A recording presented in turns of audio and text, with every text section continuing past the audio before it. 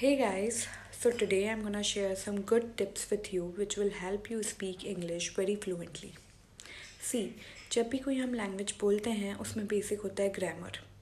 English grammar में specially हमें focus करना होता है टेंसेस पे, but we often ignore it and that's why we formulate the sentence very wrongly. Okay, so today in this short class I'll tell you everything related to tense in a very good manner, not in a very boring sense, so that you can also learn them and formulate the sentences very easily and very nicely and correctly. Okay, so we will begin with the tenses. I'll tell you some basic fundamental things, which tense you have to use at which place. Okay, so let's begin with, जब भी आपको कोई universal fact बोलना होता है, universal fact as in जैसे सूरज पूरब में उगता है, सूरज पश्चिम में डूबता है, उस समय जब भी हमें कोई डे टू डे लाइफ चीज़ जो हम रोज़ करते हैं, काफ़ी करते हैं, regularly, very often, very frequently, या यूनिवर्सल फैक्ट है, उन जगह हम प्रेजेंट सिंपल टेंस का यूज़ करते हैं. Now what is present simple tense?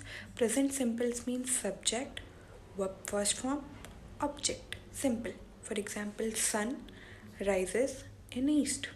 Sun sets in west. I wake up at 8 o'clock. I sleep at 10 p.m.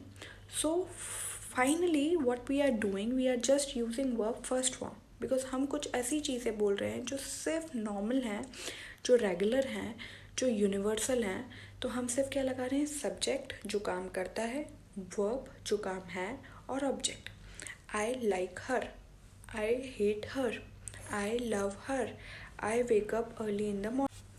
So basically ये हो गया present simple tense. Subject, verb first form, object. लगता कहाँ है? जब भी कोई ऐसी बात बतानी है जो रोज होती है, अक्सर होती है, फ्रिक्वेंटली होती है, या फिर यूनिवर्सल फैक्ट है. राइट. नेक्स्ट कमिंग टू कर रहा हूँ, कर रही हूँ जैसे वर्ड्स जब आप यूज़ करते हैं. मैं अभी तुम्हें टेंसेस पढ़ा रही हूँ, तो लगता है present continuous tense, that is am are plus verb first form ING. I am teaching you. Okay, तो मैं तुम्हें पढ़ा रही हूँ, इनके एंड में आता है रहा हूँ, रही हूँ. इन वर्ड को नोट करना. मैं तुम्हें पढ़ा रही हूँ, आई एम टीचिंग यू. वो बाजार जा रहा है, he is going to market. वो बाजार से आ रही है, she is coming from market. ठीक है. आप रीड कर रहे हो, यू आर रीडिंग. आप लर्न कर रहे हो, यू आर लर्निंग. तो कोई काम अगर हम कंटिन्यूसली कर रहे हैं, अभी कर रहे हैं, प्रेजेंटली कर रहे हैं, तो हम यूज़ करते हैं present continuous tense. I am teaching, you are learning. Right. Next coming present perfect tense. Perfect as the name appears. Perfect means perfection, completion. कोई काम कंप्लीट हो गया है, पूरा हो गया है. फॉर एग्जाम्पल, मैं नाश्ता कर चुकी हूँ. So has have plus verb third form. I have taken breakfast. Have plus V3. I have taken breakfast. Okay. For example, मैं आपको पढ़ा चुकी हूँ. I have taught you. Okay. Have plus verb third form, subject, has have, verb third form, and object. Okay. I have taught you. Right. तो कोई भी काम पूरा हो जाता है तब हम उसमें प्रेजेंट परफेक्ट टेंस का इस्तेमाल करते हैं, जिसमें हम थर्ड फॉर्म लगाते हैं with the use of helping verb has, have. अगर आप कहना चाहते हैं कि मैं क्लास ले चुका हूँ, ले चुका हूँ, हो गया है काम, ले चुका हूँ, हो गया है, so I have taken class. Right. So that was the use of present perfect tense. इसके एंड में मेनली चुका हूँ, चुका ही, चुका हूँ, चुकी हूँ काइंड ऑफ वर्ड्स आते हैं जिनमें काम हो चुका है. Right. Next comes present perfect continuous tense. The last one, जिसका हम यूज़ बहुत ही बेयरली करते हैं, ऑलमोस्ट नहीं करते हैं. इसमें आप टाइम पीरियड बताना चाहते हैं. फॉर एग्ज़ाम्पल, मैं सुबह से तुम्हारा इंतज़ार कर रही हूँ. सुबह से तुम्हारा इंतज़ार कर रही हूँ अभी तक, मतलब कर भी चुकी हूँ परफेक्ट, और कर भी रही हूँ continuous. So present perfect continuous tense. इसमें आता है has have been plus V1 ING. I have been waiting for you since morning. Okay. इसमें आप टाइम पीरियड स्पेसिफाई करते हैं और वर्ब फर्स्ट फॉर्म और ING का यूज़ किया जाता है. फॉर एग्ज़ाम्पल, मैं 10 सालों से पढ़ाई कर रही हूँ. I have been studying since last 10 years. मैं पिछले 1 घंटे से पढ़ा रही हूँ. I have been teaching since last 1 hour. तो यहाँ पे has have plus verb first form ing का यूज़ किया जाता है. has have been doing, right? I have been doing this for last 1 hour.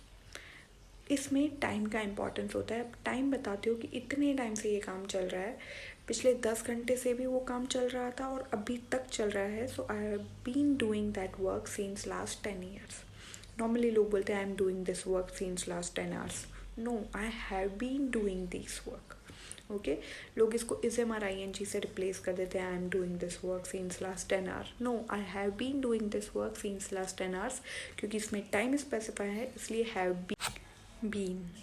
So basically ये थे चारों प्रेजेंट के टेंसेस, जिसमें अगर कोई यूनिवर्सल सेंटेंस बोलना हो जो बहुत ही नॉर्मल हो और जो आप काम डेली करते हैं, so you use verb first form. I learn English, I go to gym, I come back home at 10 o'clock. जो भी आप बोलना चाहते हो. कोई काम आप अभी कर रहे हैं, is am are plus ing. I am learning this, you are learning this, I am going to market, she is coming from the market, they are going to gym, whatever. कोई काम हो चुका है, perfection, completion, so present perfect tense. I have done this, I have eaten food, she has come home. आ चुकी है वो घर, आ चुकी है. और कोई काम आप किसी समय से कर रहे हो, लाइक सुबह से तुम्हारा वेट कर रही हूँ, I have been waiting for you since morning, I have been doing this work since morning. तो उसमें वो काम आप कोई लंबे स्पेसिफिक टाइम से कर रहे हो. So guys, if you want to learn more about past tense and future tense in the coming videos, please subscribe to our channel and hit the next bell icon.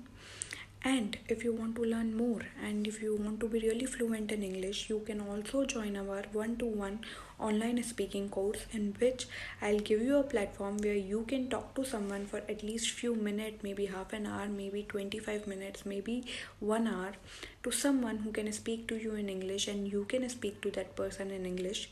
That will provide you a base where you can brush up your English. So please feel free to contact to us if you want to join for our one-to-one online course as well. And to know more, please subscribe our channel and see our videos. Thank you.